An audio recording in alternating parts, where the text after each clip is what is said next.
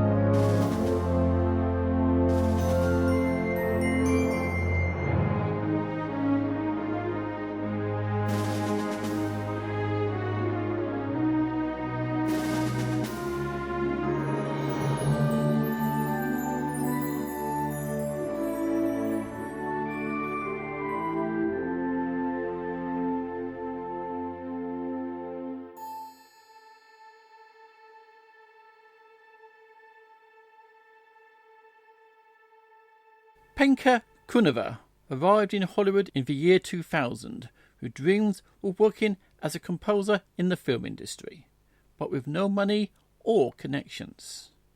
The classically trained musician was born in Sofia, Bulgaria and came to the US in 1990 to study music at Duke University, where she achieved a PhD in composition. Since arriving in Los Angeles 20 years ago, Penka has been led by determination and has managed to work as an accomplished orchestrator and composer for video games such as League of Legends, Prince of Persia and The Mummy, and feature films including Aga, Encounter and Devil's Whisper. In 2019, Penka scored the CW network sci-fi drama Pandora from creator Mark A. Altman, for which the Q Attack on New Portland opened the show.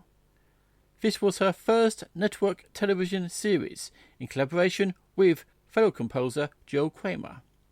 Pandora is set in the year 2199, where a young woman named Jax, who has lost everything, finds a new life at Earth's Space Training Academy, where she learns to defend the galaxy from intergalactic threats.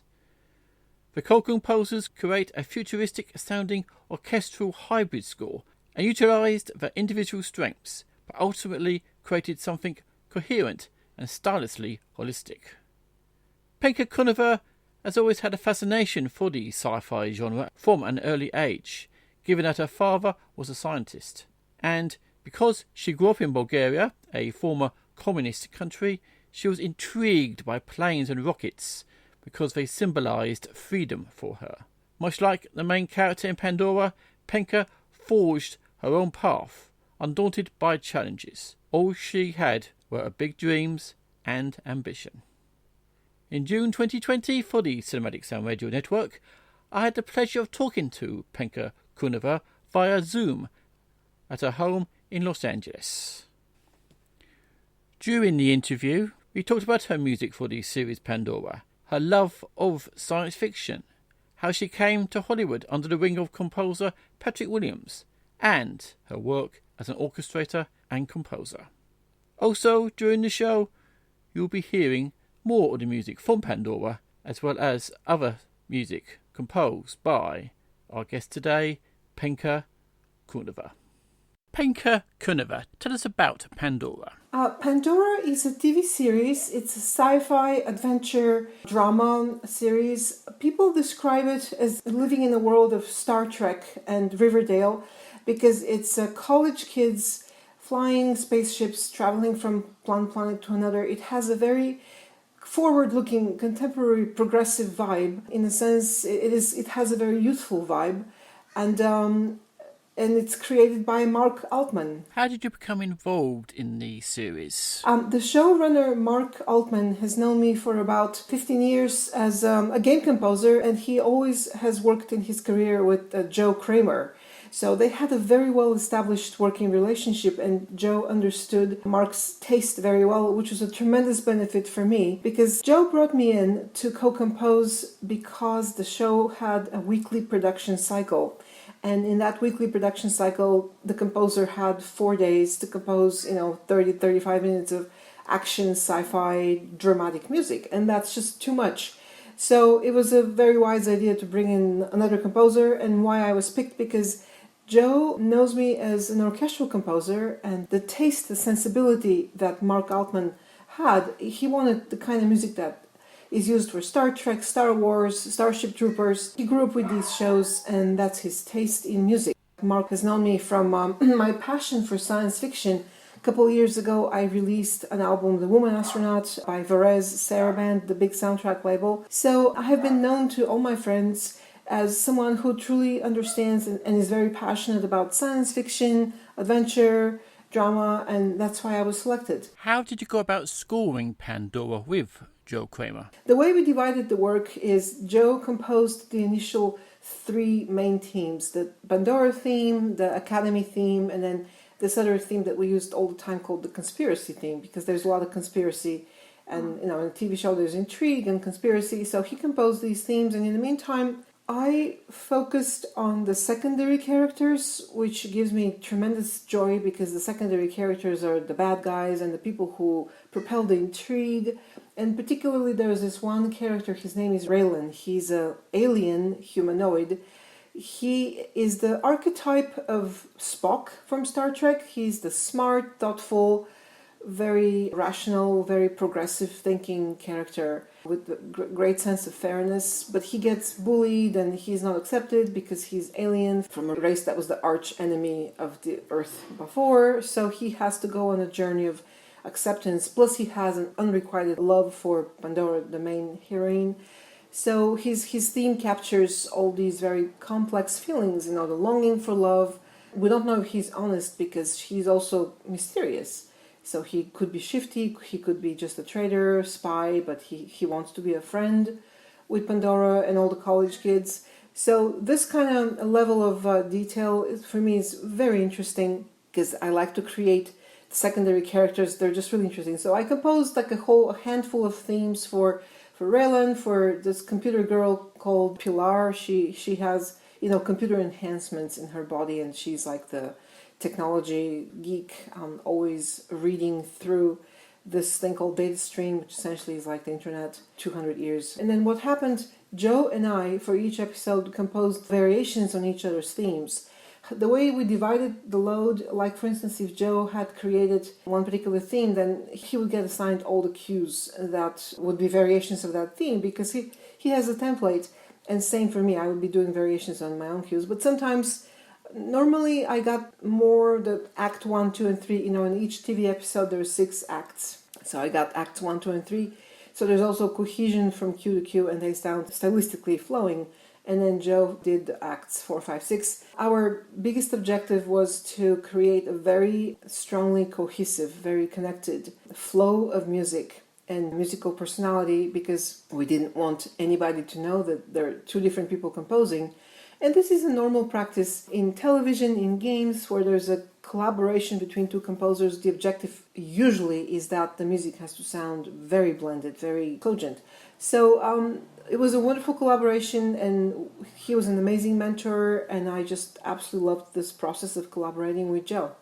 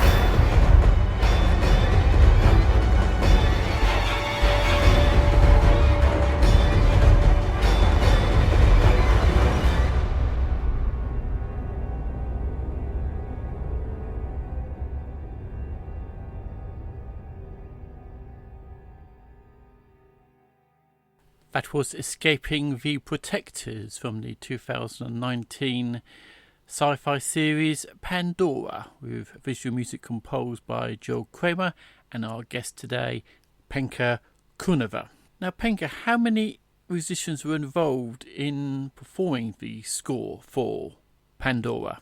So we do have smaller ensemble. We used quartet. Basically, we sweetened a small ensemble with samples. We also used live voice, live guitar, and I played piano, violin, solos. But it was a small ensemble, just sweetening the samples because of the very short production cycle. Where was the music recorded? The string quartet was recorded here in Los Angeles, and the orchestra was recorded. The orchestra was recorded in Sofia. How long did it take to record the music for an episode of Pandora? Deliver, score, get the music approved, and deliver the musical assets to the dub stage for the final mix. The mix was basically a weekly production cycle that we composed for 4 days. The music has to be approved. Then on the 5th day, Joe Kraemer creates the Pro Tools session to deliver the music to the dub stage, and then the music gets delivered, and then the last 2 days are the mix days per episode.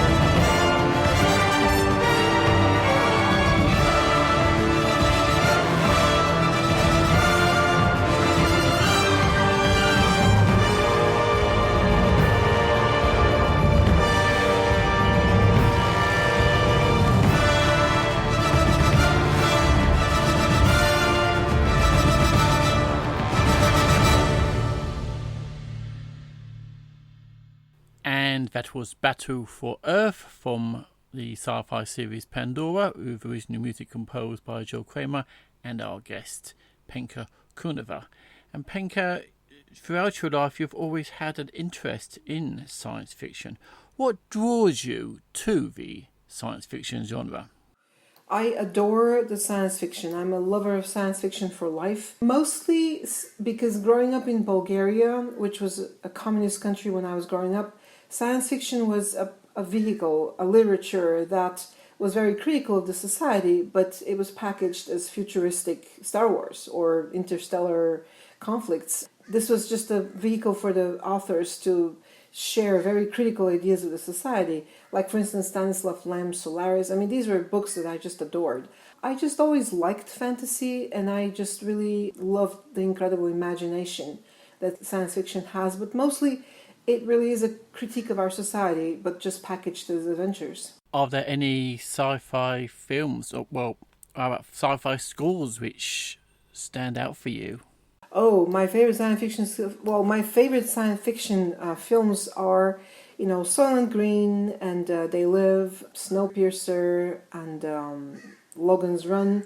I probably would say, Jerry Goldsmith did some fantastic work. I mean, John Williams with Star Wars basically set the bar for that kind of orchestral fantasy music, adventure fantasy. So I would say probably Jerry Goldsmith, but I also love electronica. My taste is just very broad. The video games have also very powerful electronic scores, like, StarCraft 2 is a science fiction game. I would say in terms of science fiction, I've tried to listen to as many soundtracks and films as I can. Okay, now generally, how did you get into film and TV music? Since childhood, I had great passion for theater and for film. And when I composed music, my first composing assignment already in my teens was composing for theater, incidental music for theater. And I understood how much I love working with people and love working with people's ideas. I grew up in Bulgaria, then came to Duke on a full scholarship because I didn't have money coming from Bulgaria. And at Duke, I also got involved with composing music for theater. So when time came for me to really make a choice for my life, I already had the green card because at Duke I received the first PhD in composition. Then I had the freedom to choose. And I thought to myself, well, I love working with people. My music is dramatic and tonal. I feel very comfortable supporting narrative, supporting stories. I'm going to just go to Hollywood with my car and one connection, which was made at Duke. That was the TV Emmy-winning composer Patrick Williams, and I will become a film composer. So it was a very conscious choice, and just really thinking how my talent is best realized, and that is as a collaborative composer, which I love, and as a storytelling composer. Now, working in the film music industry in Hollywood can be at times a very male-dominated profession. Did you suffer any prejudice, particularly when you started working in Hollywood? I have spent my whole life being an idealist and also being driven by my passions. And also I have a pretty oblivious eye to challenges. I never thought about this fact coming into Hollywood, because if I really realized how difficult it is, I might have just turned around and never pursued this career. So I really pursued the career from a place of passion and from a place of destiny, like this is the best path for my talent. I always worked very hard. I wanted to be perceived as very professional. I tried to give more than expected, and people understood the talent and the passion and also the experience. I mean, I came with a PhD from Duke. I knew very well orchestral music. I had to catch up on technology and workflow on the computer, which was difficult. So I would say my whole entire life I was just very ambitious, very driven, and lived my life with a sense of destiny and direction of what I wanted to do, and followed my passions. Like I became really passionate about video games when I started playing games, and that I thought to myself, I'm going to become really solidly well-rounded video game composer, which meant I had to learn so much. So I'd say the passion has driven me, and being oblivious has sort of not allowed me to see how difficult it is, and that has helped me.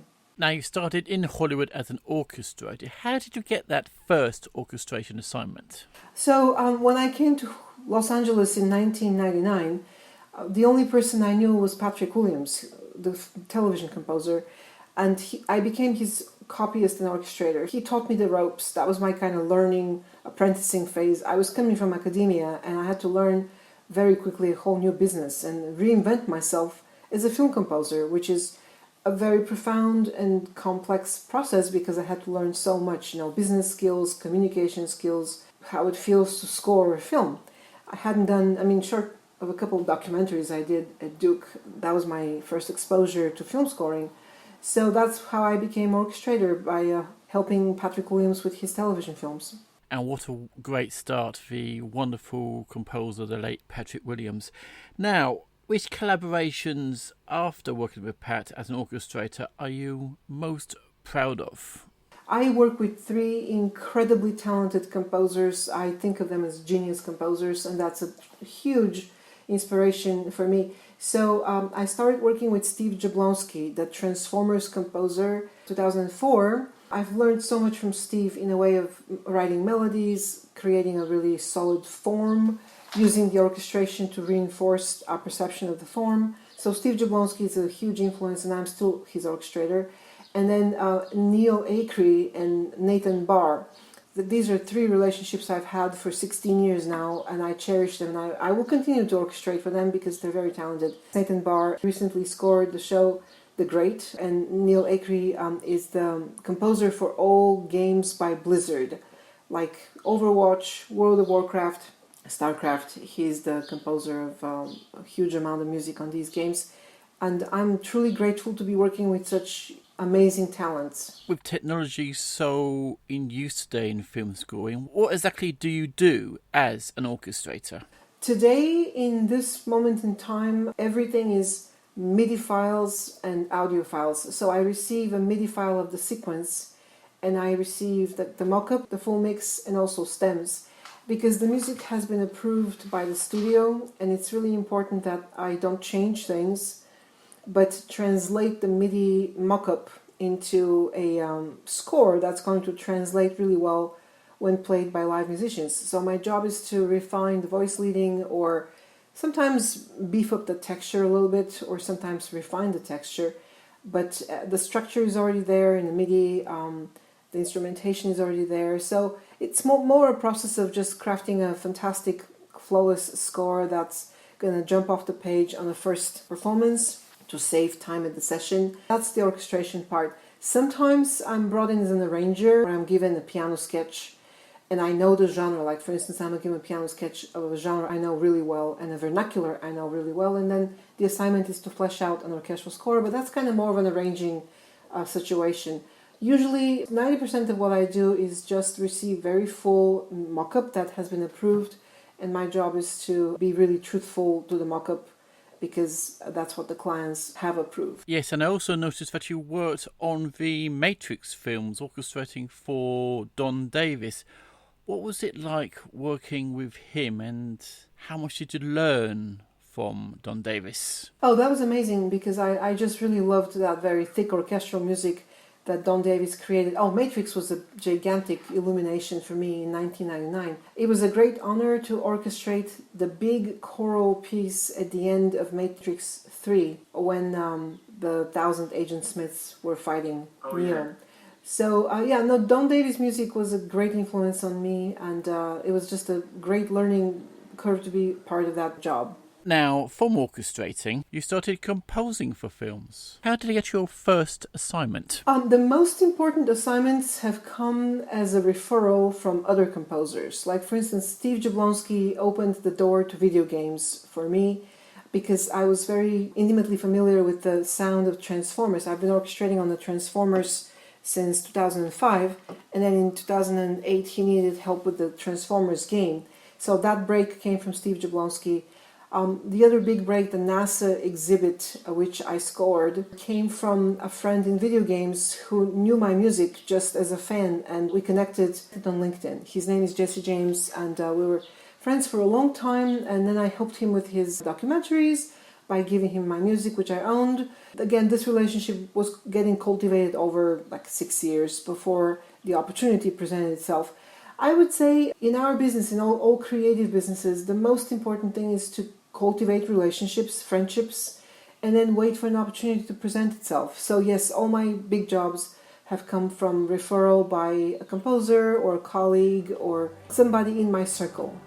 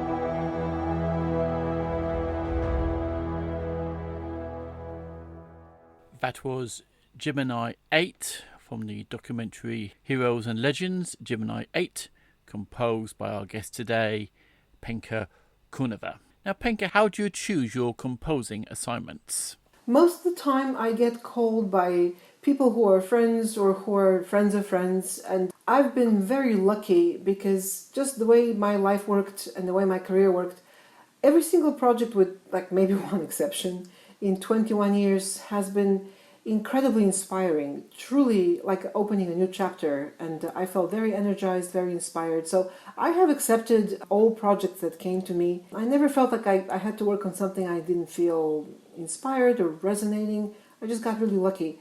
That's just how my career worked out.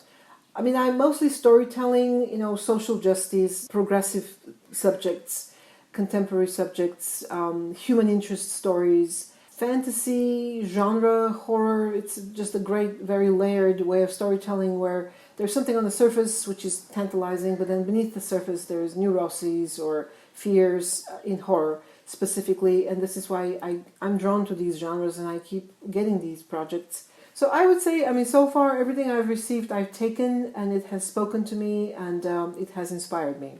And from your inspiration, which of these scores have given you so far the most satisfaction on completion? I love all my collaborations. I've worked with so many fantastic people. Probably the NASA score was a starry moment because I'm a woman from Bulgaria, and for me to be composing for the American astronauts on an exhibit that's going to live for decades was a tremendous honor, and it was just such a beautiful score. It's just so emotional and heart-swelling the way people described it. So that's one collaboration I cherish.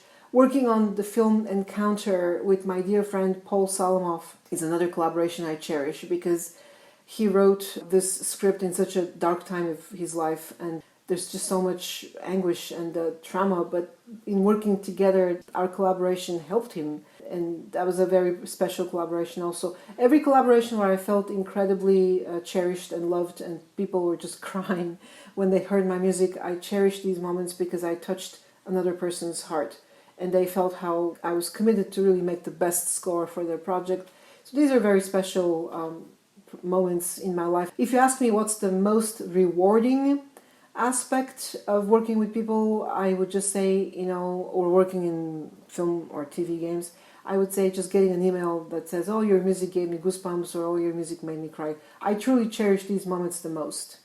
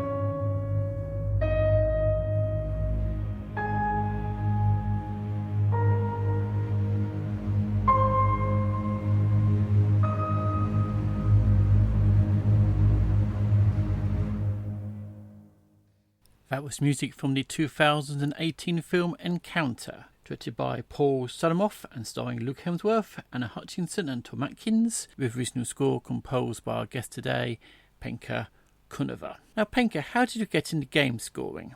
I loved science fiction since childhood, and also I grew up watching a lot of war documentaries because in Bulgaria there's so many Russian war documentaries that were made to watch that were on TV. So Steve Jablonsky needed help on Transformers the game, and because I knew the style, he plugged me in, and then I thought to myself, I just love so much composing for video games. I've always loved animation and adventure, and my style seemed to be a good fit because I write thematic music.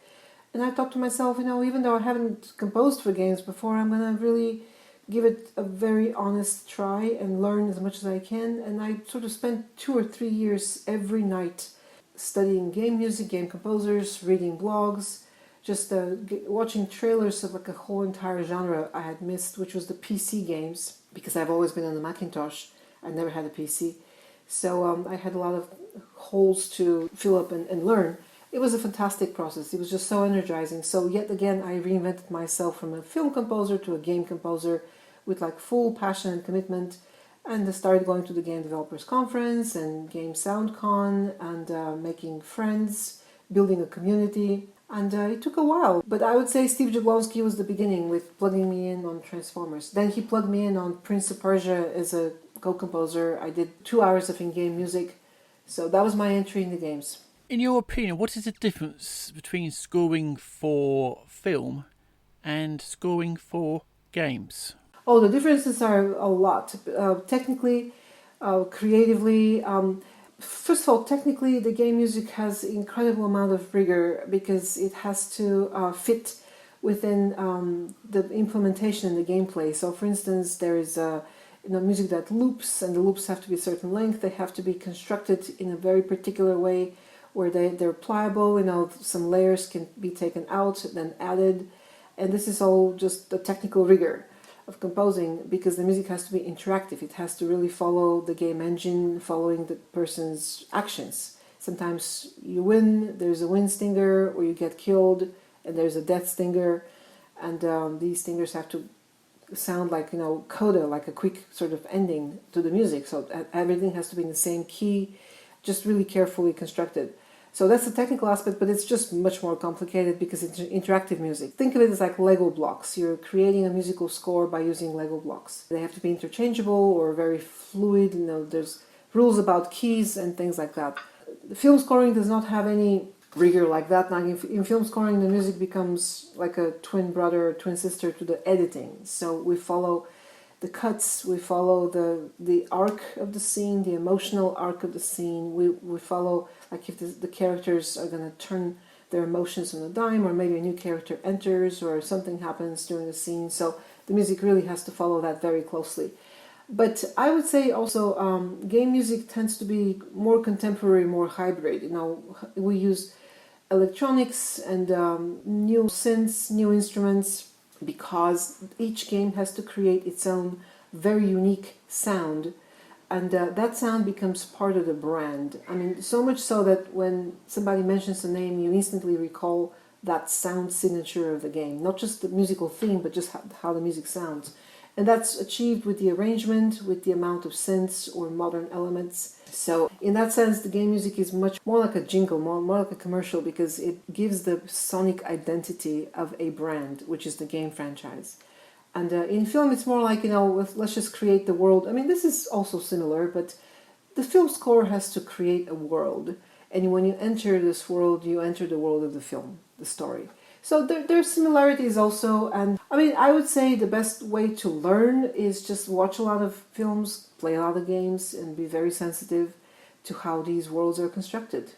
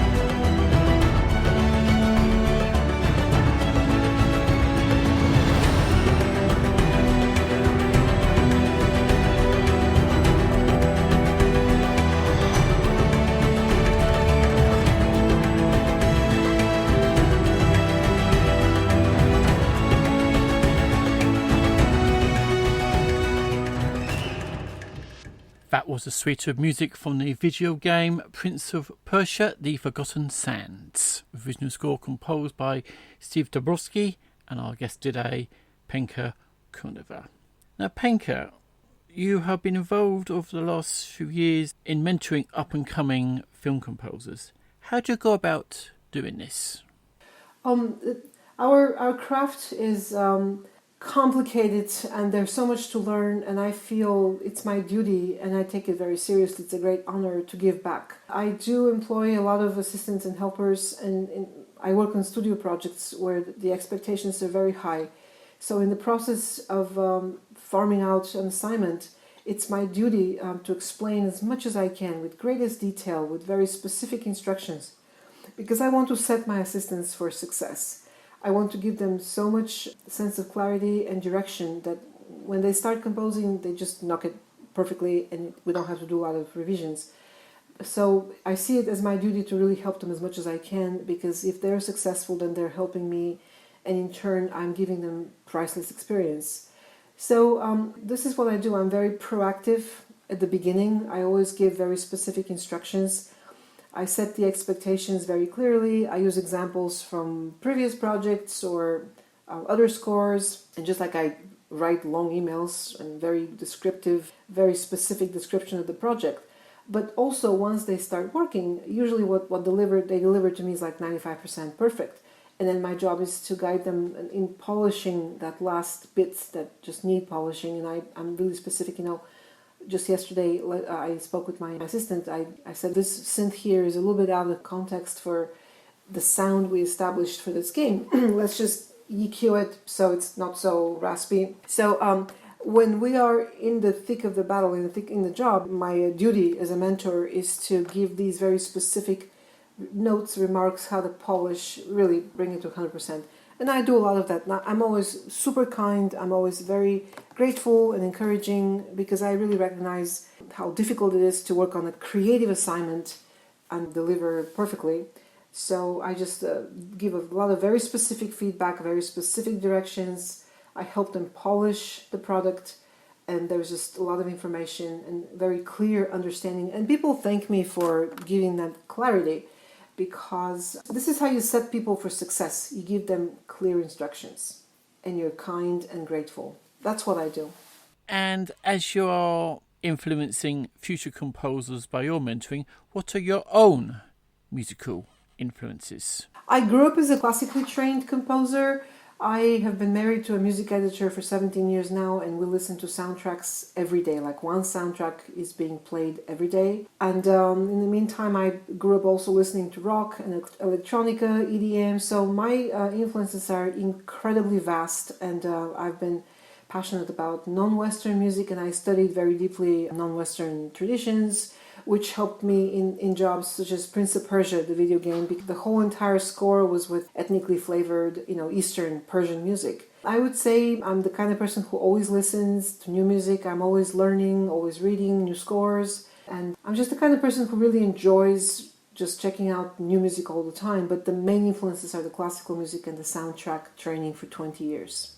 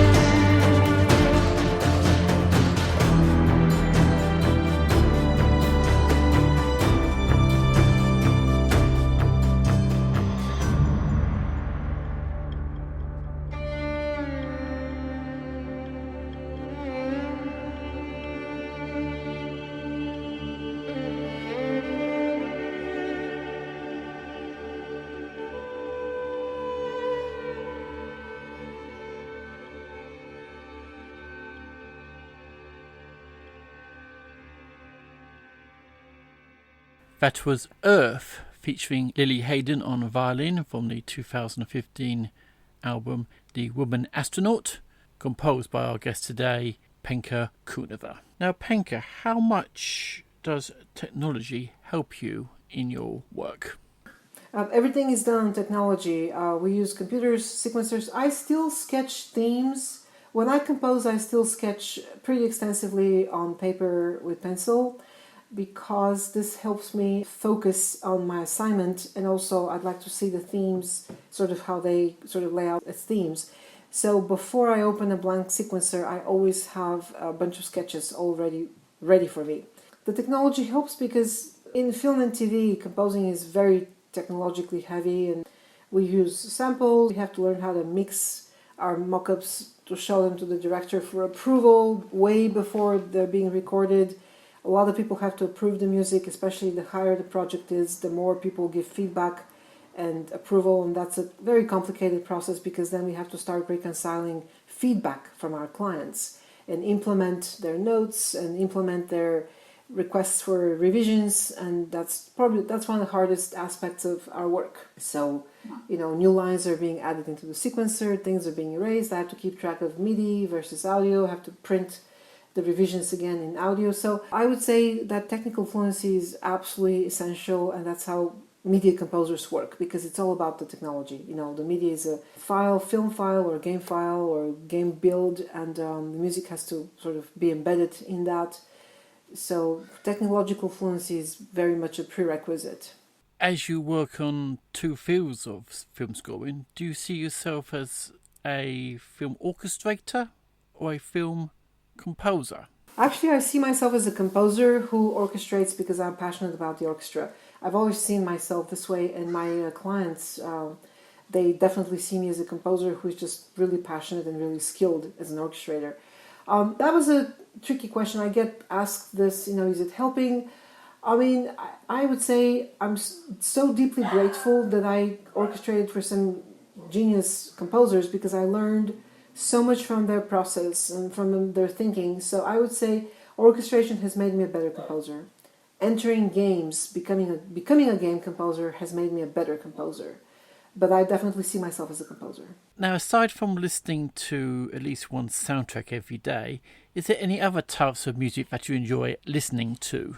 This is just really interesting. Recently, I started doing acupuncture, and there's this really beautifully crafted, very tasteful Chinese flavored, or there's an original Chinese person playing guzheng music for meditation that's just really beautifully crafted. Usually that music gets bad rep because it's kind of, just bland or whatever, but I've been really becoming more interested in that kind of very soft, very peaceful music for meditation, if it's crafted well, just because I think it's really helpful to have this kind of music. And actually one of my next albums is going to be exactly that, music for meditation that's very contemplative and slow. Otherwise, I'm always trying to check out albums that create interest on social media or, just in the circles of people I respect, because I'd like to know what's being done. Like, for instance, in video games, there's a lot of innovative music that I like to listen to precisely because of the innovation. I'd like to see what is the new ideas,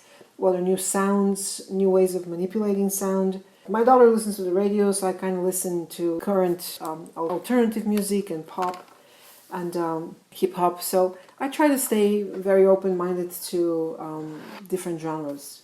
Do you have any future projects in the pipeline? I finished 5 projects during the coronavirus. I finished a big game. League of Legends has a new game called Legends of Runeterra, and I was invited to compose on it. So that came out, and then I finished a couple of VR games and mobile games. So I finished all my projects, so right now I'm in a phase of looking for projects. I don't have anything lined up. I will take some time with my family and in the summer, because this spring was very difficult, as it has been for all. But my job right now is looking for, calling my friends, seeing who's working on what, and looking for work. How do you see the future of film music recording after the COVID crisis? Well, we're going to have to wait. I mean, with any global pandemic, there's a time period where you are in timelessness. The time stops. Well, the time doesn't really stop, but your life stops. I'm very patient. The most important thing is to be healthy and survive, and we're going to just have to wait out, especially with the orchestras, which is very sad. We're going to basically have to wait and see when it's safe to be in a room with another 1,000 people. I mean, there are orchestras that record in small sections in Australia, in Eastern Europe, so I think the recording business is going to gradually, very carefully rebuild itself. We'll have to see. I did my own Corona project, which was this orchestral piece for musicians in isolation. I have another piece I wanted to create. It's choral. It's like a choir, modern, very edgy piece. I had this idea that I wanted to, but these are projects on my own. These are not commercial projects. Other than that, I'll have these games getting released very soon, and one of them got released already, and just looking for new work. But right now we have to be patient, and we have to be in survival mode and really protect our health. This is our number one job: protect our health, our families, stay healthy and stay sane by doing creative projects, going out in nature, and staying in touch with friends. But really, I'm very much of the school of thought that we have to be absolutely careful to not get into trouble. What do you see as your future in film and TV music? I would like to work on projects that have great resonance with the audiences and also some longevity, like that NASA project I composed for. That project is going to be alive for 50 years, for decades. And every day, thousands upon thousands of people go through these museums and go through these attraction rooms, and my music plays, every 15 minutes or whatever, however they cycle the buses of tourists. And to have worked on a project with such longevity makes me understand that I do wish to work on another project like that will have great resonance and great lasting power. Because most of what we do has, kind of comes and goes, it has a premiere and then a life cycle and then sort of goes into... But to have worked on something with lasting power is an amazing opportunity, and I'd like to see that happen again on something else. So, but the most important thing is to tell stories, to be current. Like me, I did the Corona project, basically creating music for musicians who are isolated, and just to boost their spirit and tell them that there's hope, just we have to be patient. I'd like to be current. I'd like to work on things that are happening right now and that are important for our times and the people living right now. So I definitely look forward to having a long career. I'm very energized to continue and work, and I'm committed to a very long path as a composer and musician. And finally, where can we listen to your music for Pandora? It's available on La La Land, and please check out Pandora. And all my other music is on iTunes, and iTunes is a good place. On Spotify, so The Woman Astronaut, Rebirth of Id, my classical chamber music CD called Radiance, Encounter, the CD, another horror film called Primrose Lane, and I have a whole bunch of things on iTunes. Just check my iTunes and enjoy. I hope you enjoy my music. Penka Kouneva, it's been a pleasure talking to you. Thank you very much for joining us today. Thank you so much. It's a great honor to be your guest, Jason. I very much appreciate it. I do hope you have enjoyed our interview with film composer and orchestrator Penka Kouneva. I'll leave you with another track from the 2019 sci-fi series Pandora, the soundtrack album of which is available on La La Land Records. The cue is entitled The Adventure is Just Beginning. My thanks again to Penka Kouneva for joining us today, and until we meet again, from me, Jason Drury, is take care and happy listening.